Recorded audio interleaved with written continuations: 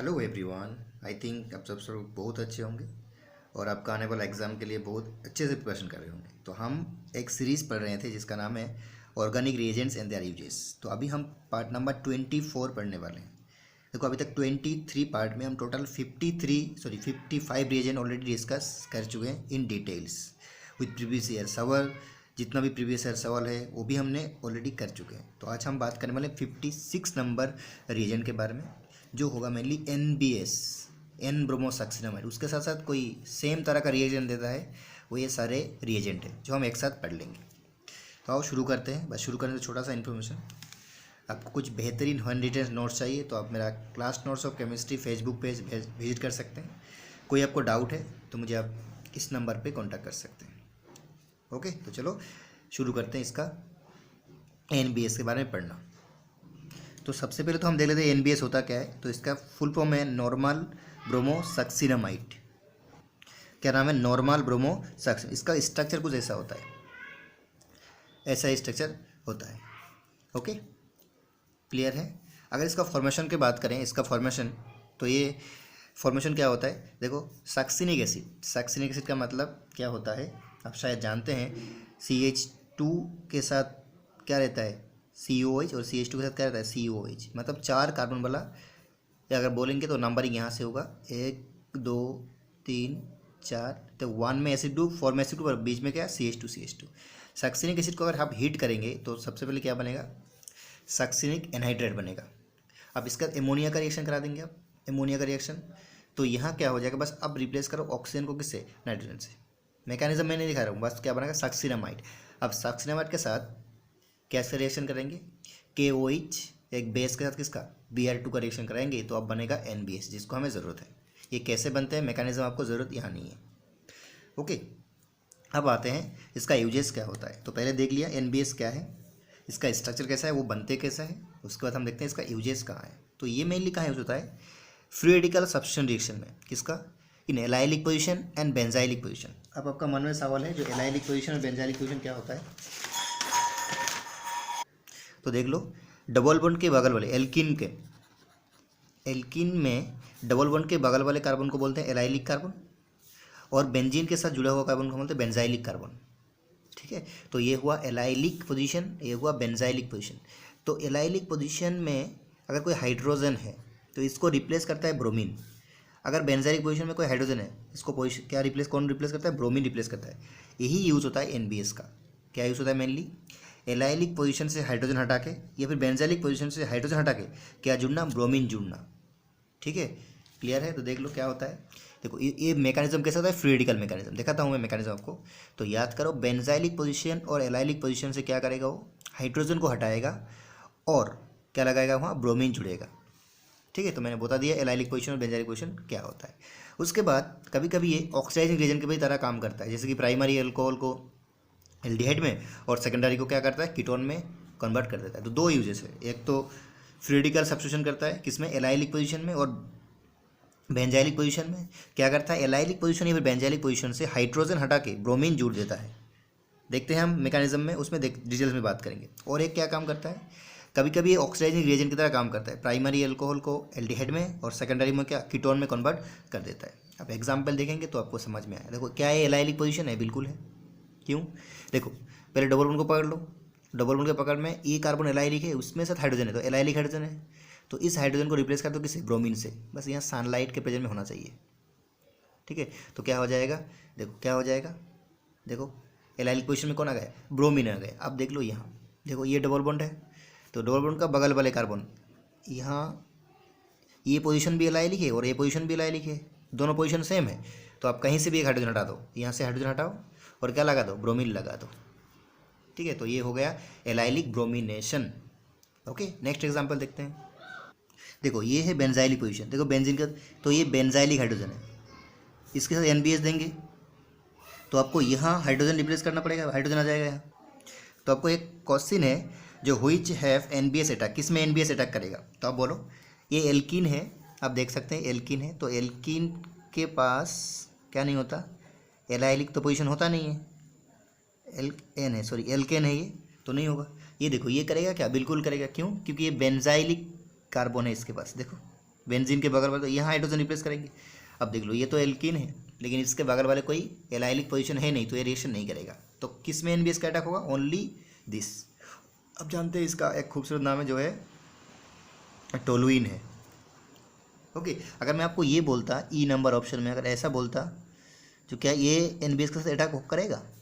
तो आप बड़े प्यार से बोलोगे सर नहीं करेगा। क्यों नहीं करेगा बताता हूँ आपको मैं। ये क्या ये करेगा? बिल्कुल नहीं, क्योंकि बेंजीन का बगल वाले कार्बन ये है, इसमें कोई हाइड्रोजन है ही नहीं, तो ये भी एनबीएस से अट्रैक्ट नहीं होगा। ओके, आप आ जाओ मैकेनिज्म। देखो, अगर आप नीट वाले बच्चे हैं तो मैकेनिज्म आपका उतना ज़रूरत नहीं होता, लेकिन अगर जेई वाले हैं तो थोड़ा आपको याद रखना पड़ेगा मैकेनिज्म। कोई बात नहीं, मैकेनिज्म आप देख लो, याद रख सकते रखना, नहीं तो कोई बात नहीं। फिर देखो मैकेनिज्म में पहला स्टेप में क्या होता है, जो आपने एनबीएस लिया था ना, उसमें क्या होता है, होमोलाइटिक क्लीवेज होता है। ये जो नाइट्रोजन और ब्रोमीन का जो बॉन्ड है, इसमें होमोलाइटिक क्लीवेज से ये रेडिकल बनाता है। कैसे? यहाँ 2 इलेक्ट्रॉन शेयरिंग किया था, अब दोनों इलेक्ट्रॉन होमोलाइटिक क्लीवेज हो रहा है। होमोलाइटिक क्लीवेज मतलब अपना अपना इलेक्ट्रॉन ले लेना। देखो ये बॉन्ड बनने के लिए नाइट्रोजन ने एक इलेक्ट्रॉन यूज़ किया था और ब्रोमीन ने एक किया था। अब जब भी ये बॉन्ड टूटेगा तो एक इलेक्ट्रॉन नाइट्रोजन के पास आएगा, एक ब्रोमीन के पास जाएगा। इसको बोलते हैं होमोलाइटिक क्लीवेज। ठीक है, सिमेट्रिकली किसी बॉन्ड को टूटना होमोलाइटिक क्लीवेज होता है। तो ये हमने लिख दिया दिस एंड दिस। ओके, अब आ जाओ सेकंड स्टेप में। सेकंड स्टेप में क्या है, देखो डबल बॉन्ड पकड़ लो, बगल वाले कार्बन ये, इसका हाइड्रोजन है, 3 हाइड्रोजन है, तो एक हाइड्रोजन के साथ कार्बन को जो बॉन्ड है ना उसको तोड़ दो, यहाँ भी होमोलाइटिक क्लीवेज कराओ।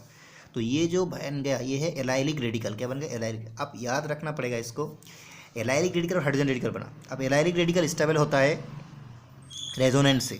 किससे? रेजोनेंस से। कैसे?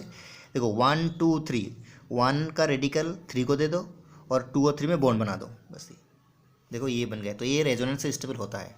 तो यही हमें सबसे ज़्यादा दिक्कत देता है। देखिए मैंने लिख दिया special note, allylic radical stabilized by resonance और most stable radical is form major product. अगर एलाइलिक रेडिकल बन गया तो इसका रेजोनेंस आप कराएंगे। अगर रेजोनेंस कराने के बाद अलग अलग स्ट्रक्चर मिल रहा है तो जो सबसे ज़्यादा स्टेबल उससे आपको क्या बनाएंगे? मेजर प्रोडक्ट बनाएंगे। मैं दिखाऊंगा आपको। तो पहला स्टेप में क्या बना? ये रेडिकल बना। सेकेंड स्टेप में ये रेडिकल बना। अब क्या करोगे आप? अब क्या करोगे? देखो यहाँ ब्रोमीन रेडिकल बना, यहाँ हाइड्रोजन रेडिकल बना, तो यहाँ दोनों को जोड़ दोगे तो HBr बनेगा। क्या बनेगा? HBr बनेगा। क्या बनेगा? HBr, है ना।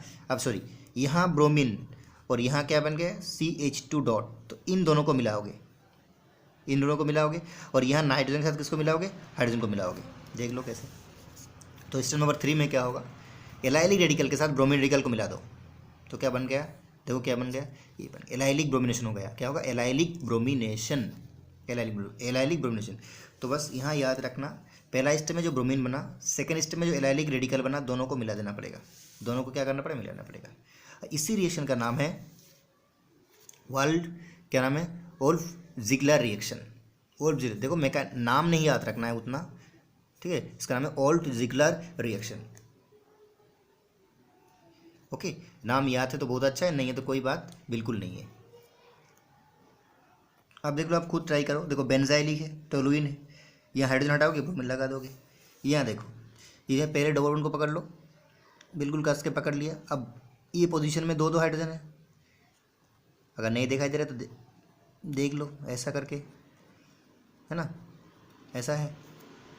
क्लियर है? अब इसको एनबीएस दे दो। एनबीएस दोगे तो क्या होगा? देखो ये दोनों हाइड्रोजन सेम तरह का है, तो कहीं से भी हाइड्रोजन लगा दो, तो ब्रोमीन जुड़ दो, हाइड्रोजन हटा के ब्रोमीन जुड़ दो, तो ये बन गया, ये बन गया। देखो एलाइलिक ब्रोमीन में जुड़ गया। अब यहाँ अगर आप यहाँ देखोगे तो यहाँ 2 हाइड्रोजन है, यहाँ 1 हाइड्रोजन है, तो ये दोनों अलग अलग पोजीशन है ना। तो पहले क्या करोगे? यहाँ डॉट बना सकते हो और यहाँ डॉट बना सकते हो, है कि नहीं। तो यहाँ डॉट बनाओ और एक बार क्या डॉट बनाओ? यहाँ डॉट बनाओ, तो 2 हुआ। अब इसका रेजोनेंस कराओ। देखो कैसे? 1 2 3, 1 का रेडिकल 3 में दे दो और 3 और 1 और 2 में बोल दो, तो ये बन गया। उसके बाद अगर इसका रेजोनेंस कराओगे, देखो 1 2 3, 1 का रेडिकल 3 में और 3 2 का बॉन्ड किस में? 1 में, तो ये बनेगा रेडिकल। अब जितना भी रेडिकल बना अलग अलग है कि नहीं? बिल्कुल है। ये 3 डिग्री रेडिकल है, ये 2 डिग्री, ये 2 डिग्री, लेकिन इसका बगल वाले एक क्या है? मिथाइल ग्रुप पास में है।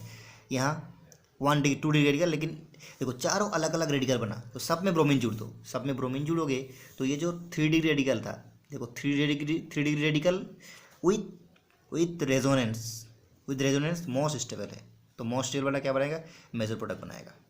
तो आपको यही जगह में ध्यान रखना है, जो रेडिकल अगर हमने जितना अलग अलग एलाइलिक हाइड्रोजन रहेगा उतना पहले रेडिकल बनाओ, उसको रेजोनेंस करा के, अगर रेजोनेंस करके अलग अलग रेडिकल मिले तो वो भी बना लो, बनाने के बाद क्या बनाओ, उस रेडिकल के साथ किसको, रेडिकल को मिला दो।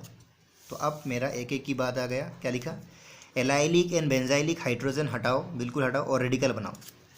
एलाइलिक बेंजाइलिक जो भी हाइड्रोजन होगा उसको हटाओ, पहले रेडिकल बनाओ। अब रेडिकल बनने के बाद क्या करोगे, रेजोनेंस पॉसिबल है तो रेजोनेंस करके ऑल रेजोनेटिंग स्ट्रक्चर बनाओ। अगर रेजोनेंस पॉसिबल है तो रेजोनेंट कराओ, जितना भी पॉसिबल स्ट्रक्चर है सब बनाओ। बनाने के बाद कार्बन रेडिकल को ब्रोमीन रेडिकल मिला दो, कार्बन रेडिकल को क्या दे दो, ब्रोमीन रेडिकल से मिला दो, तो प्रोडक्ट फाइनल बन जाएगा। अब ये जो प्रॉब्लम है ये आपके लिए मैं छोड़ रहा हूँ, मैं दिखा देता हूँ। ये एक रेडिक हाइड्रोजन है एलाइलिक, और इसके बगल वाले यहाँ दो दो हाइड्रोजन है, ठीक है, दोनों अलग है। तो पहले क्या करोगे, यहाँ रेडिकल बनाओगे, यहाँ उसका रेजोनेंस कराओगे, तो कितना पॉसिबल प्रोडक्ट होगा यहाँ आपको बनाना पड़ेगा, और मेजर प्रोडक्ट कौन होगा वो भी देखना पड़ेगा। तो ये मैं आपके लिए छोड़ रहा हूँ, ये आप खुद करेंगे। नई प्रॉब्लम है तो मुझे बताना, मैं सॉल्व कर दूँगा। अब आ जाओ नेक्स्ट प्रॉब्लम है 5। देखो इसमें मैंने NBH डाला, तो बोलो क्या होगा। तो सबसे पहले देखो इसमें डबल बॉन्ड के बगल वाले तो एल्कीन है, बिल्कुल है। देखो ये नंबर कार्बन, ये बी और ये क्या सी, तो तीन अलग अलग। बोलोगे सर ये भी मिथाइल है ये भी मिथाइल है, लेकिन इसका पास वाला ग्रुप इथाइल है, इसका पास वाला हाइड्रोजन है, तो ये दोनों अलग है, ठीक है। अब बोलोगे सर इसमें कितना डिफरेंस तरह का हाइड्रोजन है, एलाइलिक हाइड्रोजन है 1 2 3 तरह का। तो पहले 3 रेडिकल बना लो, बना लिया। देखो 1 2 3, इसमें एक बार रेडिकल बनाया, इसमें एक बार रेडिकल बनाया, इसमें बस हाइड्रोजन हटाओ और रेडिकल बनाओ। अब ये तीनों बनाने के बाद अब इसका रेजोनेंस कराना पड़ेगा। कैसे, यहाँ 1 2 3, 1 का रेडिकल 3 में दे दो और 3 और 2 का बॉन्ड 1 2 में दे दो, बस हो गया। 1 2 का खेल है, तो ये बन गया। तो दिस 1 रेडिकल, इसका रेजोनेंस ए, उसके बाद ये, इसका रेजोनेंस नहीं पॉसिबल है, इसका रेजोनेंस पॉसिबल अगर है तो करा सकते हो आप। हाँ इसका भी रेजोनेंस पॉसिबल है, क्यों, देखो 1 2 3, देखो 1 का चार्ज किस में दे दो, 3 में दे दो, ऐसा बनेगा। CH2 C ऐसे ऐसे CH3 डॉट, ये बन गया, ठीक है। तो ये कितना नंबर दे दूंगा मैं यहाँ, इसको 6 नंबर दे दूंगा। अब इसको देखो, ये रेडिकल बन गया। अब देख लो रेडिकल बना तो 1 2 3, इसका भी रेजोनेंस पॉसिबल है।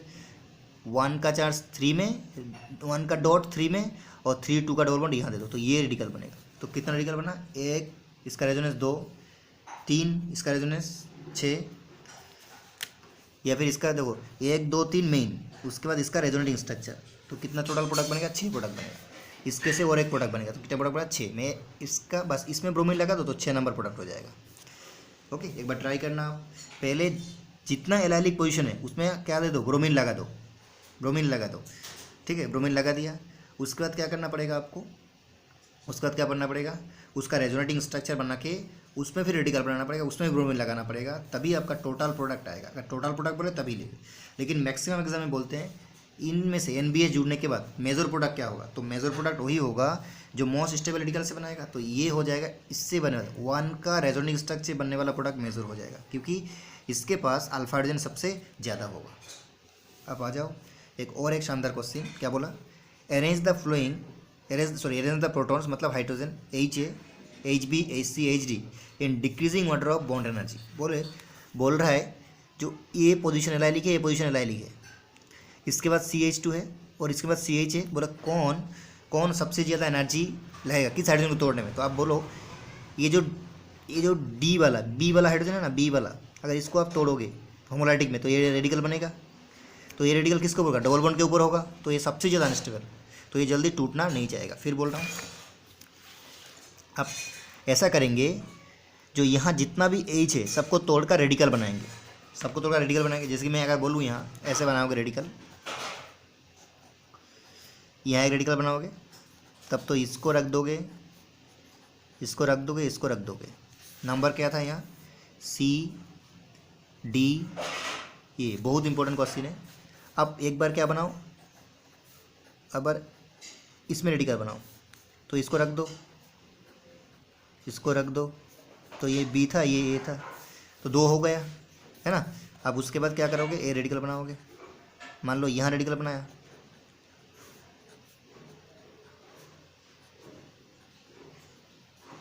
यहाँ और एक बार क्या करोगे,